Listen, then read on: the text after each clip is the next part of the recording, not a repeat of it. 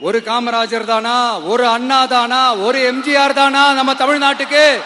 ஒவ்வொரு வீட்டுல இருக்கிற ஒவ்வொரு விஜயும் இருக்கிற வரைக்கும் என்ன மக்கள் கிட்ட பிரிக்கவே முடியாது. இப்படி இந்த சொந்த பந்தம் இவ்வளவு ஸ்ட்ராங்கா இருக்கிறதுனாலதான் நான் முன்னாடியே சொன்னேன், 234 தொகுதியிலும் இந்த விஜய் தான் வேட்பாளர் அப்படின்னு தான் அதை நான் செஞ்சிருக்கிறேன். ஏன்னா நம்மளுடைய வேட்பாளர்கள் யாரும் டாட்டாவோ பிர்லாவோ அம்பானியோ அதானியோ கிடையாது. நம்ம வீட்டுல இருக்கிறவர், நம்ம குடும்பத்துல இருக்கிற ஒருத்தரை தான் நான் வேட்பாளரா செலக்ட் பண்ணிருக்கிறேன். அப்படி செலக்ட் பண்ணி தான் உங்ககிட்ட நான் ஒப்படைச்சிருக்கிறேன். அதனால அந்த வேட்பாளர் வேற, இந்த விஜய் வேற அப்படின்னு நினைச்சிடாதீங்க.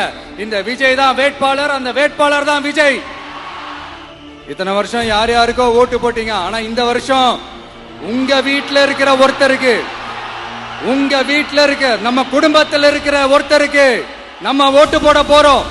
அந்த வேட்பாளர்களுக்கு நீங்க ஓட்டு போடுறது நமக்கு நாமளே ஓட்டு போட்டுக்கிற மாதிரி, அந்த வேட்பாளர் ஜெயிச்சா நாம ஜெயிச்ச மாதிரி.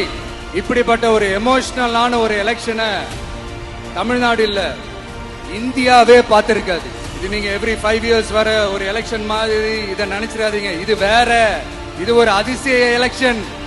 50 வருஷத்துக்கு ஒரு வாட்டி நடக்கிற ஒரு எலெக்ஷன் மாதிரி.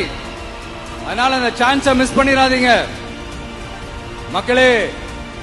ஒரு காமராஜர் தானா, ஒரு அண்ணா தானா, ஒரு எம்ஜிஆர் தானா நம்ம தமிழ்நாட்டுக்கு?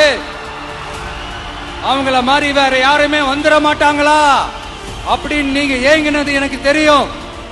அத மனசுல வச்சுக்கிட்டு தான் நம்ம டிவிக்கே வந்திருக்கிறோம்.